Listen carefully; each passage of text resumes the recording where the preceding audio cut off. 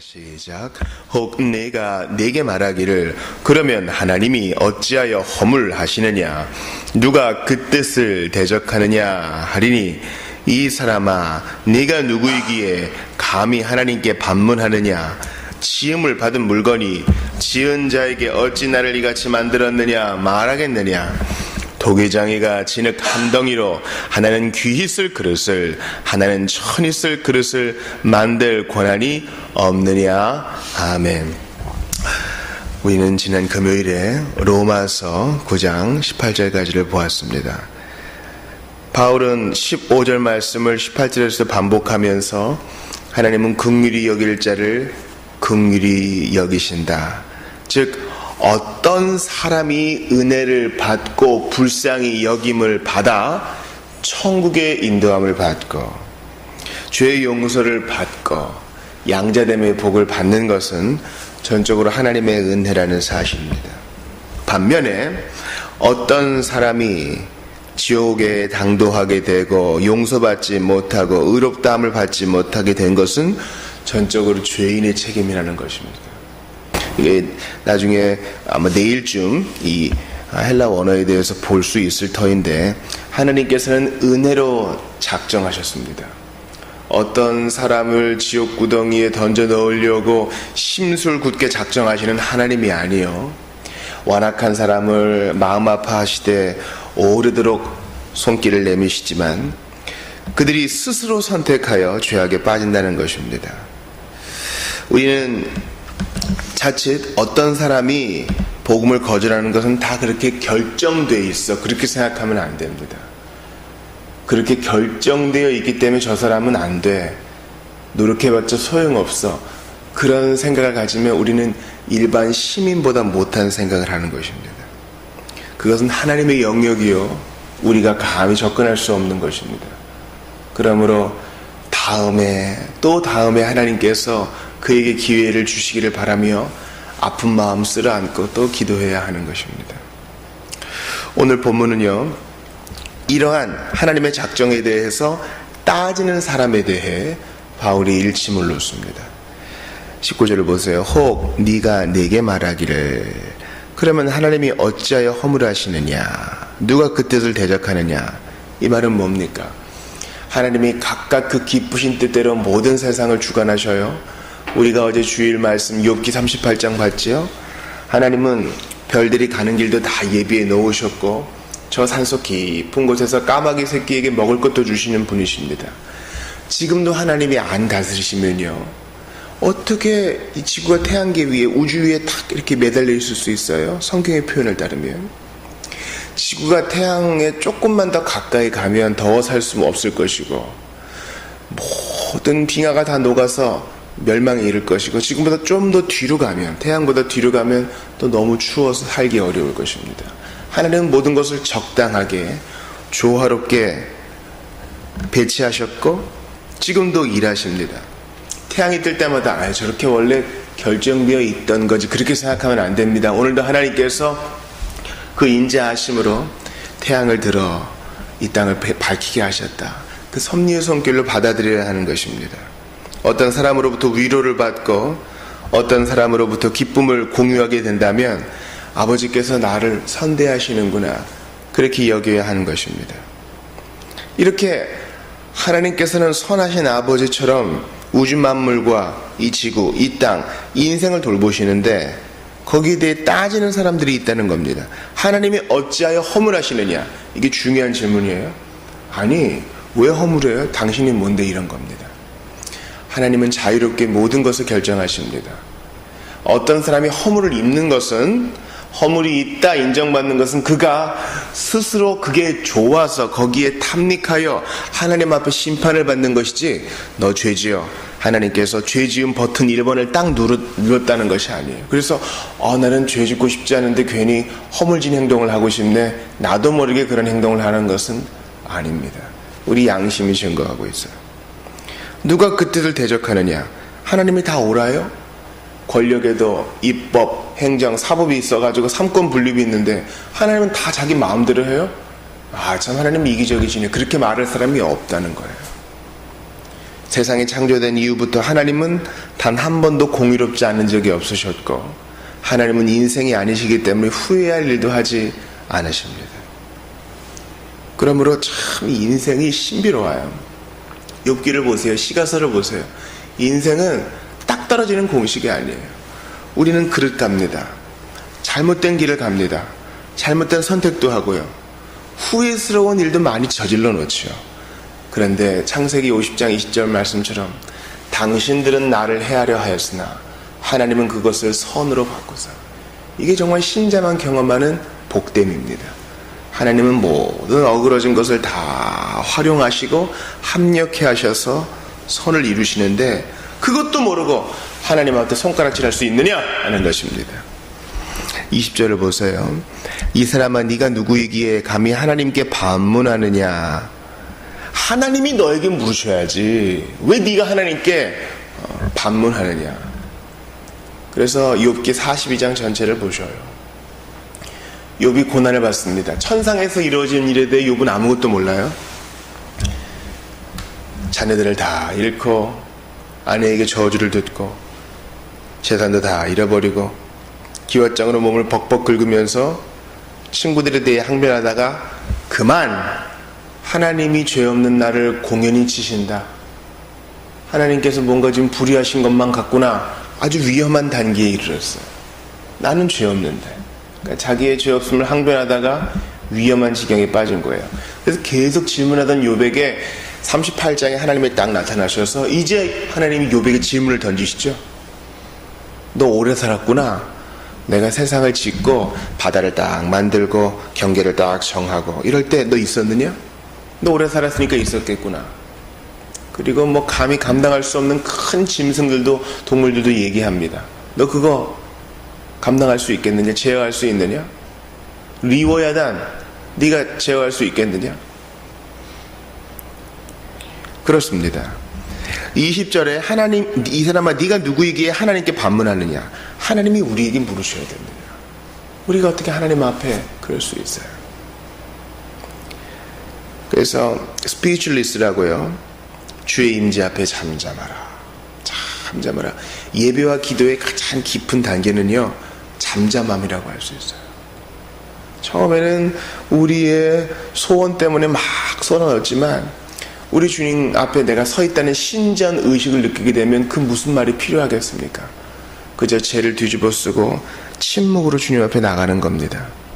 주께서 내 마음을 아시고 주께서 나를 안아주시니 더 이상 말이 필요 없는 단계까지 가는 겁니다. 그런 인생인데 어떻게 하나님께 따져 물을 수 있냐는 말입니다. 지음을 받은 물건이 지은 자에게 어찌 나를 이같이 만들었느냐 말하겠느냐. 그러면서 유명한 토기장이의 비유를 말씀하죠. 토기장이가 진흙 덩이로 하나는 귀 쓸 그릇을 하나는 천이 쓸 그릇을 만들 권한이 없느냐. 지금 여기서 말하는 비유의 목적은 한 가지입니다. 토기장이이신 하나님께 권리가 있으므로 천한 진흙에 불과한 네가 어찌 하나님 앞에 손가락질 할 수 있느냐 하는 겁니다. 아이들에게 이 이야기를 할 때 레고 비유를 듭니다. 네가 레고를 가지고 아주 예쁜 것들을 만들었어. 쓸만한 것들을 만들었어. 그런데 그 레고가 갑자기 뭐 입이 달렸는지 왜 나는 성을 만들고 쟤는 집을 만들고 왜 나는 작은 걸 만들고 쟤는 큰 거 만드느냐. 레고들이 막 들고 일어나서 따지면 어떻게 하겠느냐. 애들이 열에 10명 다 부숴버리죠. 그런 레고 필요 없어요 합니다. 사람도 이러하거늘 어떻게 사람이 하나님을 배신할 수 있느냐 하는 겁니다.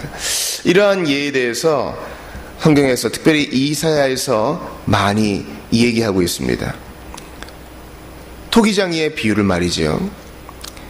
하나님은 토기장이이시고 우리는 진흙에 불과하다는 것입니다. 제가 이사야 29장 16절을 읽어드립니다. 너희의 패역함이 심하도다. 토기장이를 어찌 진흙같이 여기겠느냐. 그렇죠. 어떻게 바꾸겠느냐.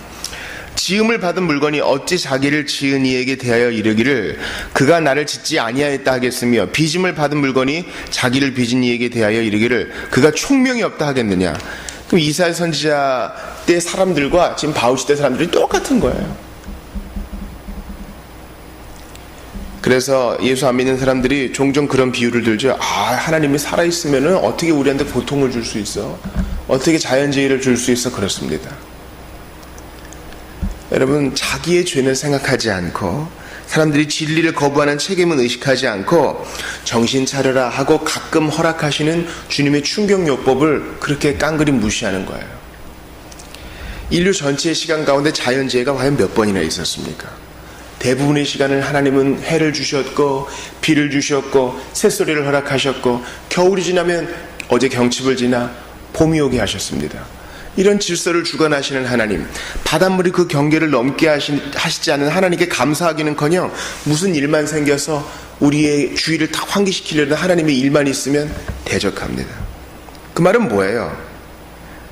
믿지 않겠다는 핑계입니다. 진짜 문제는 하나님께 대한 인간의 반역이 있습니다. 이사야 45장도 읽어드릴게요. 9절입니다.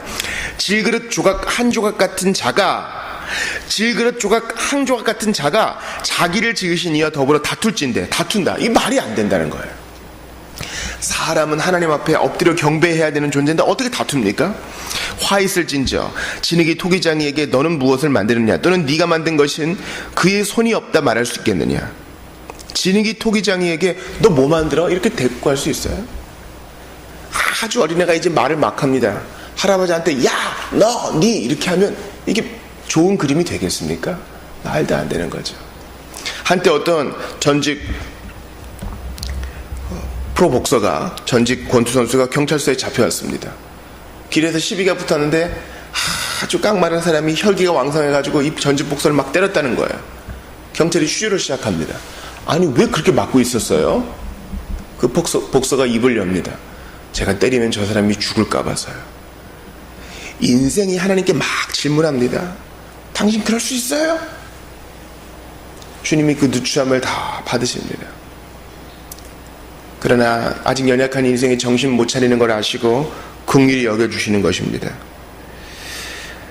침묵이라는 영화, 이 사일런스라는 제목으로 아마 개봉된 것으로 알고 있는데 일본 시대 때 예수의 선교사들에 대한 겁니다. 성화를 밟아라. 어쩔 수 없이 성화를 밟고 지나가는 선교사들, 주님이 기꺼이 밟힘을 당하시는 겁니다. 다른 이사야 말씀에서도 64장 8절에서 그러나 여호와여 주는 우리 아버지시니이다. 주님은 자유로운 아버지시오. 우리는 진흙이요 주는 토기장이시니 우리는 다 주의 손으로 지으신 것입니다. 그러니까 이사야 선지자가 참 신약에 많이 인용된 이유가 있어요. 하나님은 전능하신 하나님은 토기장이이시되 그냥 감각 없고 무례하고 무정한 토기장이가 아니라 아버지와 같은 선함으로 우리를 대하시는데 우리는 그것을 잊어버리고 손가락질하면서 아버지의 등에 칼을 꽂는 배역자라는 사실입니다.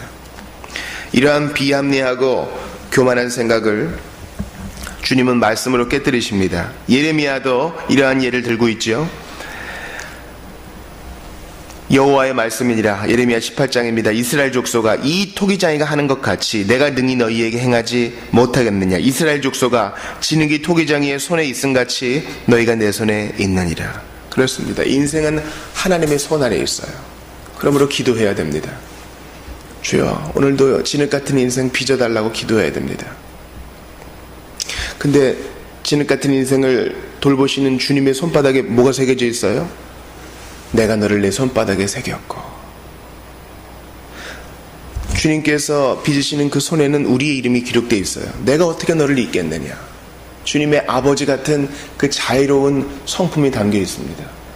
그리고 그 손에 맡겨서 나를 빚으시는 주님의 품을 느낄 때 우리가 그 근처에서 못 박힌 십자가의 흔적을 보게 되는 것입니다. 그 토기장에는 마음에 안 들면 다 깨버리는 술에 잔뜩 취한 무정한 토기장이가 아니요. 진흙 같은 인생을 위해서 기꺼이 희생당하시고 손바닥에 우리의 이름을 적어주시는 복되신 하나님이시라는 사실입니다. 그러므로 우리의 죄와 불신앙을 변명하지 말고 하나님은 나를 빚고자 하셨지만 나는 완고하게 거부했다는 사실을 인정하면서 오늘도 하나님 앞에 삽시다. 그리고 이러한 겸손함으로 친절한 토기장이 되시고 자애로운 아버지 되신 그분 앞에 우리 인생을 맡겨드립시다. 주님이 먹을 거 안 주겠습니까? 인도하시지 않겠습니까? 기도 응답 안 하시겠습니까? 미래를 책임져 주시지 않겠습니까? 오늘도 성실하게 살게 하시고 모든 염려를 맡기게 하시는 사실입니다. 완악한 진흙들은 오늘도 주님을 원망합니다. 그러나 겸손한 진흙이 되어서 주여 날 빚으소서, 저 여기 있습니다. 저를 다듬어 주세요. 저를 불쌍히 여겨주세요. 이렇게 기도하며 우리 자신을 맡기는 우리 모두가 되고 이번 한 주가 될 수 있기를 바랍니다. 우리 오늘 좀 같이 기도할 때에 하나님 아버지, 저는 완고한 진흙이었으나 주님이 버리셔도 아무 상관없는 연약하고 완악한 자였으나 이렇게 불쌍히 여겨주시니 감사합니다. 십자가 은혜와 용서함과 부활의 능력을 맛본 자답게 오늘도 겸손히 주의 손에 빚어지게 하옵소서. 연약한 인생 주님이 빚어주옵소서. 주여, 성미가 급하고 화를 자주 냅니까? 남을 자주 판단합니까? 사랑이 없습니까? 저 여기 있으니 빚어달라고 간절히 기도하시고 연약한 자를 위해, 특별히 이 나라를 위해서 기도해 주십시오. 또 개인 기도하시다가 돌아가시기 바랍니다. 함께 기도합시다.